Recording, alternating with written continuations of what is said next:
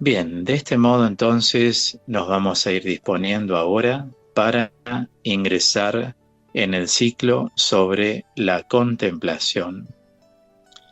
Este es un ciclo que vengo dando desde hace unos 2 años sobre los grados de oración. Ya hemos visto la oración vocal en todas sus formas, nos hemos dedicado a la meditación cristiana, o bien llamada oración mental, a la oración afectiva, y también hemos dedicado muchos programas a la oración de simplicidad. Y hoy es el 7º programa que le dedico a la vida mística con la oración propia mística, que es la contemplación. La contemplación que tiene también distinta intensidad, pero todo comienza por ser un recogimiento infuso. Como dice Santa Teresa de Jesús en sus escritos, es un recogimiento interior que se siente en el alma, que le da ganas de cerrar los ojos y no oír, ni ver, ni entender, sino aquello en que el alma entonces se ocupa, que es poder tratar con Dios a solas. Este es el primer grado de la contemplación. Luego hablaremos del segundo grado, que es la oración de quietud, el tercer grado, que es la oración de unión simple, el cuarto grado, que es la unión estática, y el quinto grado, que es la unión transformante. Estos 5 grados contemplativos, como ven, hay intensidad diversa en la contemplación, están dentro de la 5ª, 6ª y 7ª morada de Santa Teresa de Jesús. Pero vuelvo a repetir lo que ella dice del recogimiento infuso.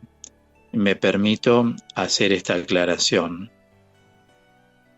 Con el camino recorrido en la oración, es decir, oración vocal, mental, afectiva y de simplicidad, ya son 4 grados de oración, la persona adquiere un recogimiento. Ahora, dado que adquiere un conocimiento, un recogimiento, ese recogimiento se llama recogimiento adquirido. En cambio, se pasa del recogimiento adquirido al recogimiento infuso cuando uno ya entra en la vida mística. Al final de la vida ascética se llega a ese recogimiento adquirido. Ahora, el recogimiento infuso ya entra en un primer grado de contemplación. ¿Cuál es la diferencia? Como lo expresa la palabra infuso, es un recogimiento que infunde el Espíritu Santo en el alma de una persona, y se da esto que dijo Santa Teresa. Para que lo volvamos a refrescar, lo vuelvo a leer de sus escritos. Es un recogimiento interior que se siente en el alma, que le da ganas de cerrar los ojos y no oír, ni ver, ni entender, sino aquello en que el alma entonces se ocupa, que es poder tratar con Dios a solas. Que nos quede entonces bien en claro que cuando Dios ya lleva un alma, bendiciendo el trabajo que esta alma viene haciendo de una búsqueda en los distintos grados de comunión que hace de Dios, llega un momento en que el Espíritu Santo es el que actúa y hace mayor trabajo que esa alma. En palabras más sencillas, el alma hace su trabajo durante estos 4 grados de oración, adquiriendo así un recogimiento, que se llama recogimiento adquirido. Pero el recogimiento ya no adquirido, sino infuso, es aquel hecho por el Espíritu Santo en un alma.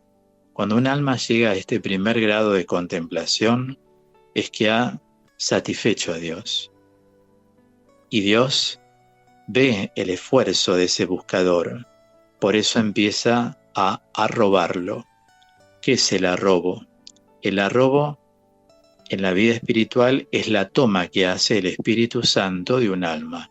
Le va provocando cosas en su interior. Nuevamente aclaro, esto se da cuando una persona entra en la vida mística. Y para entrar en una vida mística, tiene que haber pasado por la vida ascética en sus 4 grados.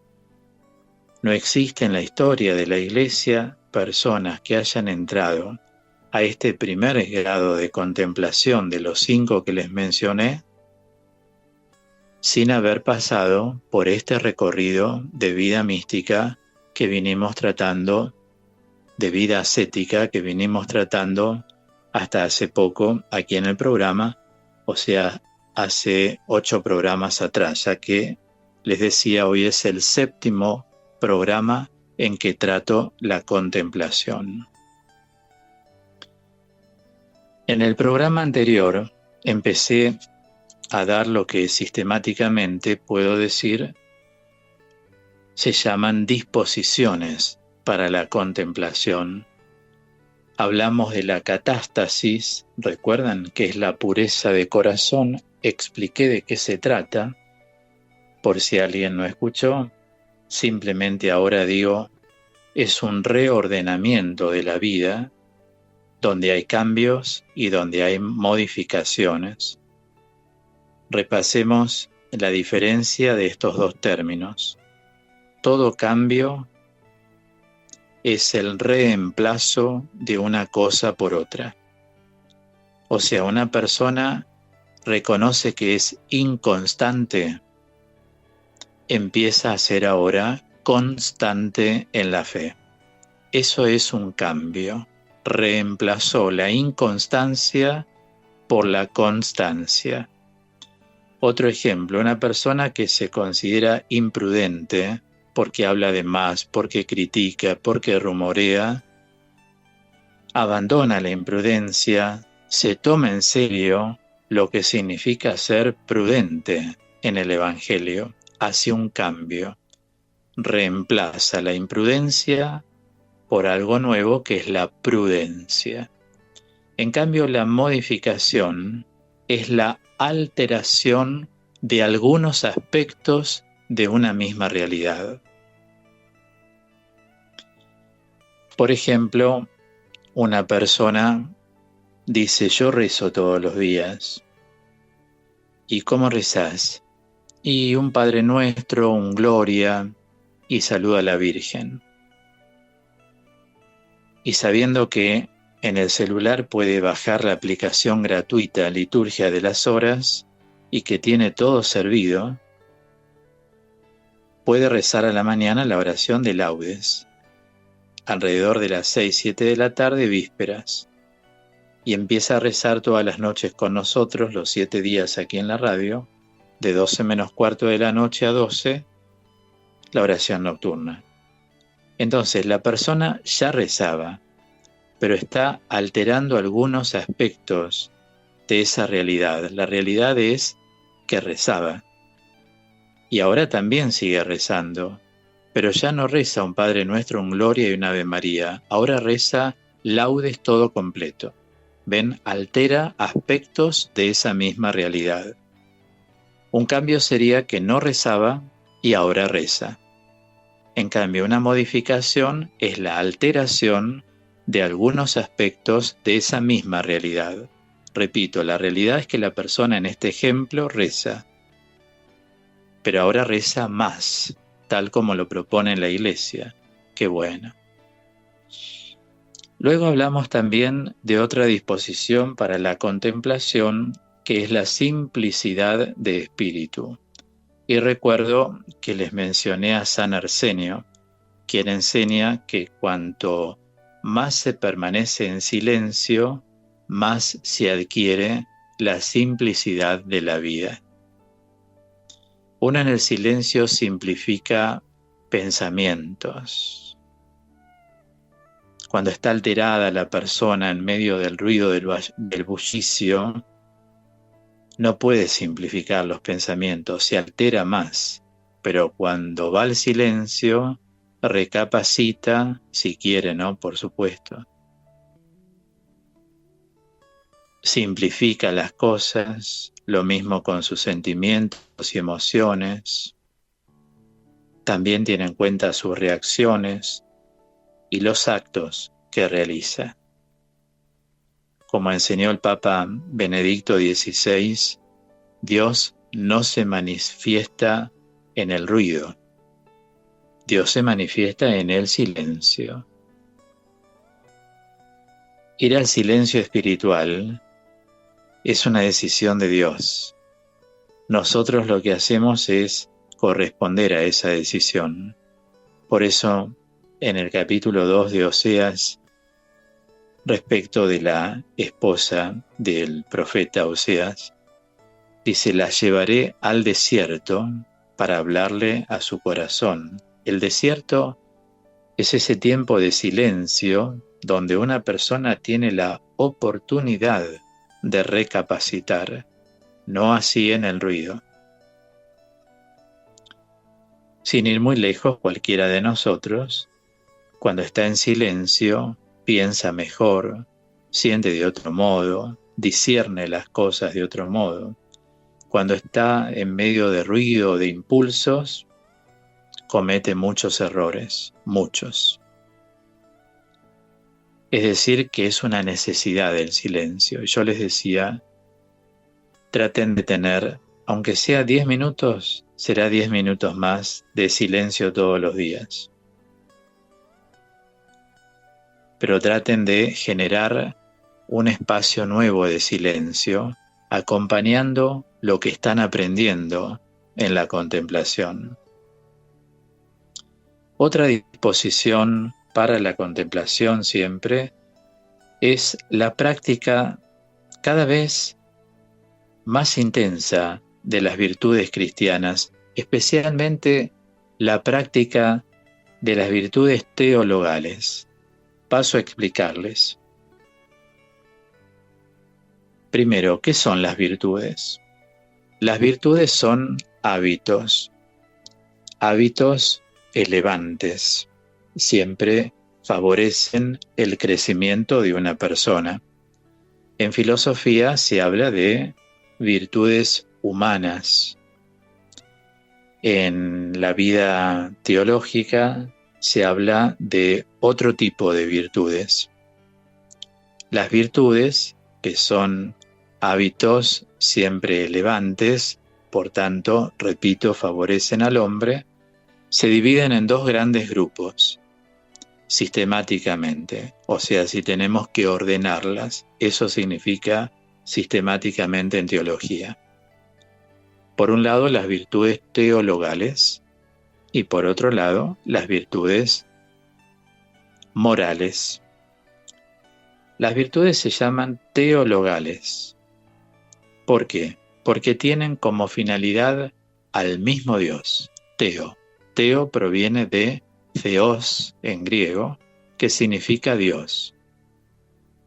Son la fe, la esperanza y la caridad, como nos señala San Pablo clarísimamente y también en el Antiguo Testamento.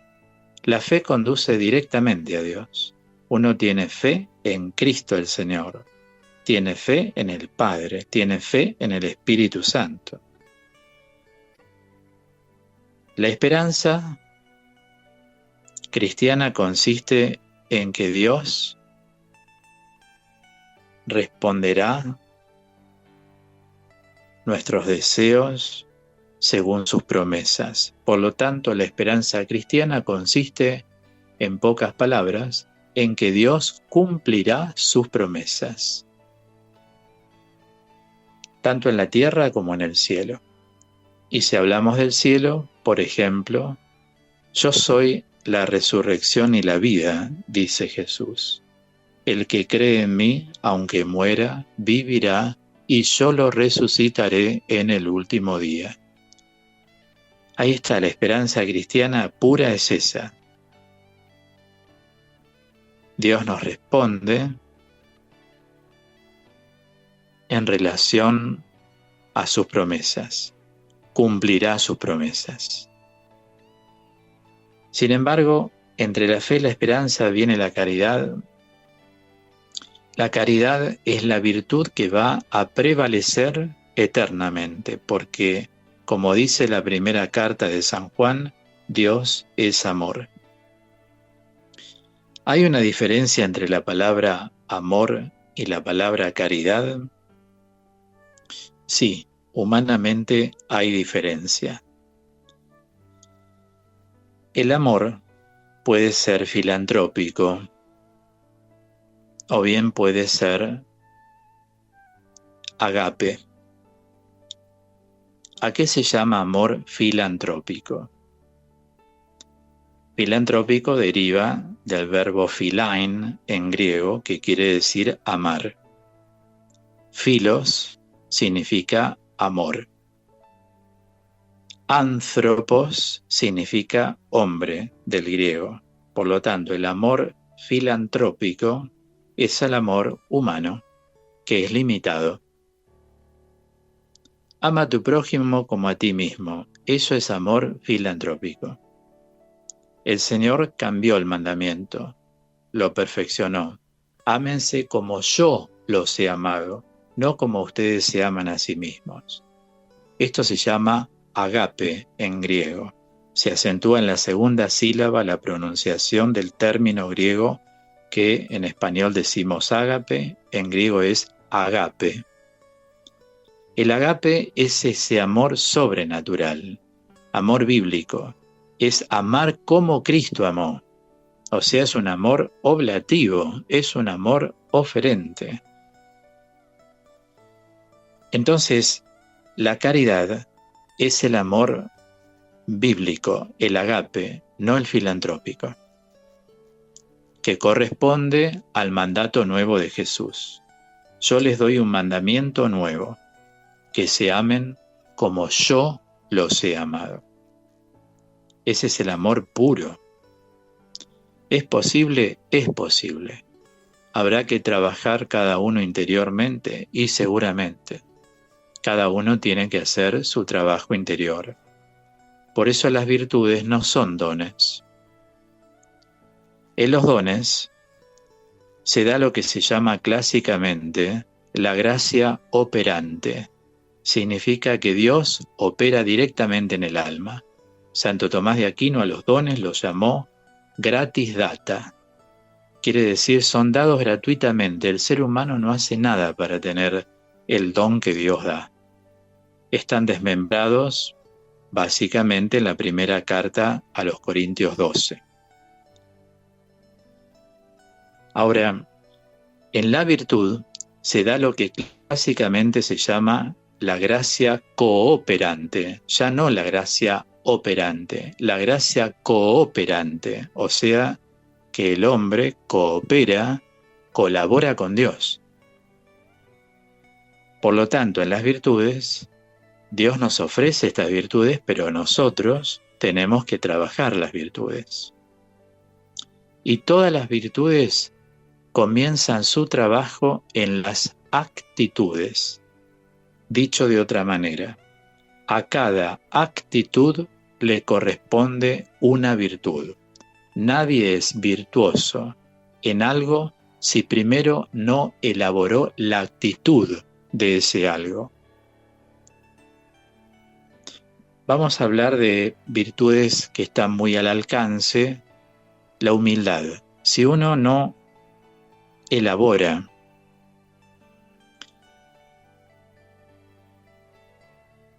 la actitud de la humildad, nunca va a llegar a la virtud de la humildad.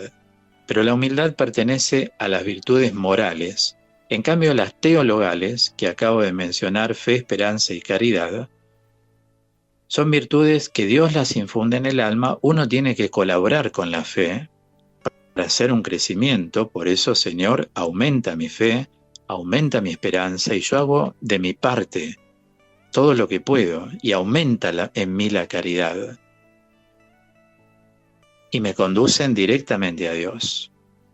En cambio, las virtudes morales, todo lo que sea moral, está vinculado con lo que en psicología se llama lo conductual. Son 55 virtudes morales, de las cuales 4 se llaman cardinales. Cardinales proviene del término cardo. Cardo es un sinónimo de gozne, aquel dispositivo en torno al cual gira una puerta. Hay un cardo, hay un gozne. ¿Cuáles son esas 4 virtudes cardinales? Prudencia, justicia, fortaleza y templanza. De la templanza deriva la humildad, de la humildad deriva la docilidad, y entre las 55 están también la humildad que di como ejemplo. Primero hay que elaborar la actitud. Esta persona actitudinalmente es humilde. Siguiendo aquel concepto de Sirácidas capítulo 10. Humilde es aquel que reconoce su propia fragilidad. No es humilde el que agacha la cabeza, el que no sabe hablar, el que no pronuncia bien las palabras. No nos confundamos con ese concepto totalmente socializante. Estamos hablando de un concepto bíblico. ¿A qué se llama humildad en la Biblia? Entonces, así como la humildad, estas 4 cardinales que les mencioné, prudencia, justicia, fortaleza y templanza, son primero actitudes. Una persona actitudinalmente es prudente. ¿Cuántas veces conocemos personas, o ya las conocemos desde hace muchos años, y decimos tal persona es prudente? Porque uno vio cómo actuó, cómo se desenvolvió en una situación, en un desafío, en una conversación, en un diálogo, y uno se da cuenta la persona que es prudente, porque el prudente no se precipita. La persona prudente escucha, deduce, aplica lo que le viene bien, como dice San Pablo, examínenlo todo, quédense con lo bueno. El prudente examina todo, no desecha. Primero escucha, después ve que aplica, que no aplica. Ahora, la prudencia se la llama la virtud reina, porque rige el resto de las virtudes. ¿Hay prudencia? Ahí sí podemos entrar a caminar en el desarrollo de las virtudes. Hay justicia, entonces hay fortaleza y hay templanza. Las virtudes son las que van coronando la santidad de una persona. O sea, ¿qué se reconoce en una persona santa, más allá de los procesos canónicos? Hablamos evangélicamente. ¿Qué se reconoce en una persona santa? Sus virtudes, justamente. Esta persona tiene esta y esta virtud, muy destacadas. Entonces nos queda claro que si una disposición de la contemplación es ser personas que practicamos virtudes, nos queda claro qué son las virtudes teologales, aquellas que tienen como fin al mismo Dios, y ahora agrego, las virtudes morales son aquellas que tienen los medios para llegar a Dios.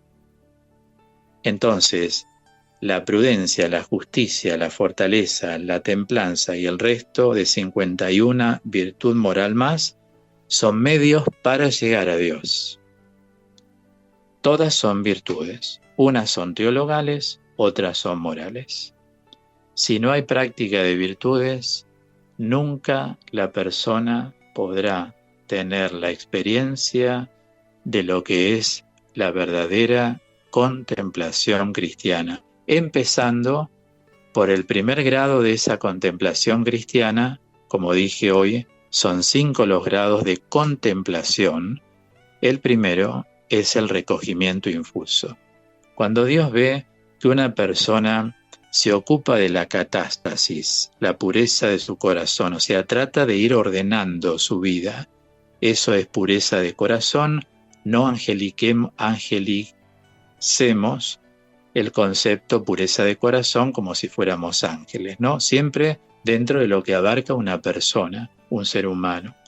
Luego, si hay simplicidad, se está trabajando la simplicidad de vida, si esta persona está en la práctica de las virtudes, seguramente esta persona va a ser arrobada, va a ser tomada por el Espíritu varias veces en la semana. Va a ser una persona que va a tener experiencias de recogimiento infuso. El mismo Espíritu Santo la conduce a la persona a esos momentos de quietud interior, donde el alma no quiere ni ver ni oír, sino solo estar en Dios. Se da aquellas palabras del profeta Isaías. Son simbólicas y totalmente aplicables para lo que estoy enseñando de recogimiento infuso. Son aguas que vagan en silencio.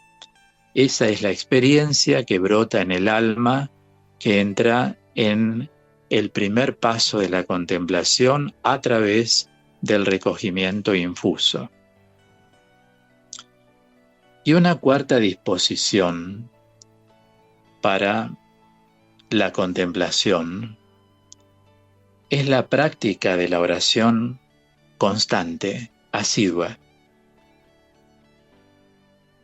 La vida espiritual lleva tiempo, por lo menos 2 horas y media o 3. Si uno participa de la misa, si uno dedica en su vida tiempo para rezar laudes a la mañana, a la tarde, si puede, las vísperas, 6, 6 y media, 7 de la tarde, a la noche la oración nocturna, y entre todo son 2 horas y media, 3.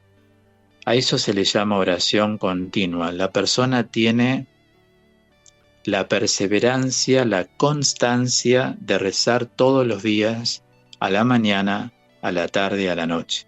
Y en el mientras tanto, lleva un decenario, reza un misterio o el rosario, que cuando tenemos vida de oración, nosotros rezamos todos los días el rosario. Entonces también forma parte de otro tiempo.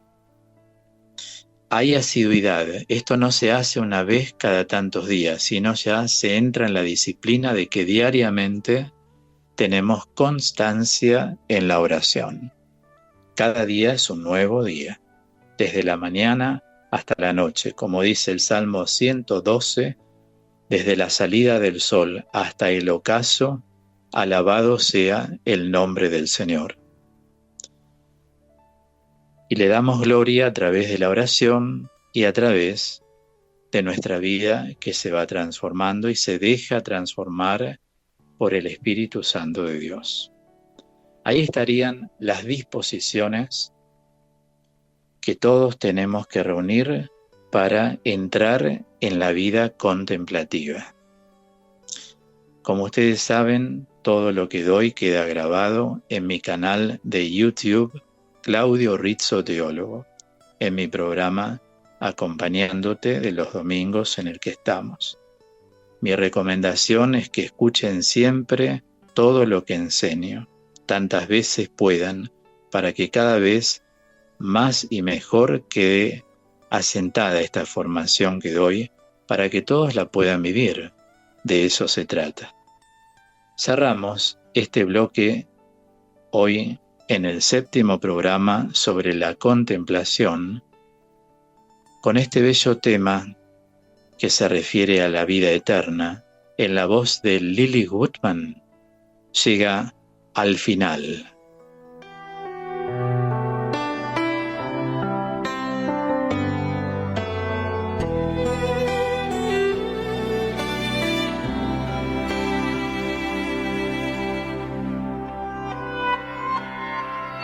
Yo he visto el dolor acercarse a mí, causarme heridas, golpearme así, y hasta llegué a preguntarme, ¿dónde estabas tú? He hecho preguntas en mi aflicción, buscando respuestas sin contestación, y hasta dudé por instantes de tu compasión. Y aprendí que en la vida todo tiene un sentido. Y descubrí que todo obra para bien. Y que al final será mucho mejor lo que vendrá. Es parte de un propósito y todo bien saldrá. Siempre has estado aquí, tu palabra no ha fallado y nunca me has dejado. Descansa mi confianza sobre ti.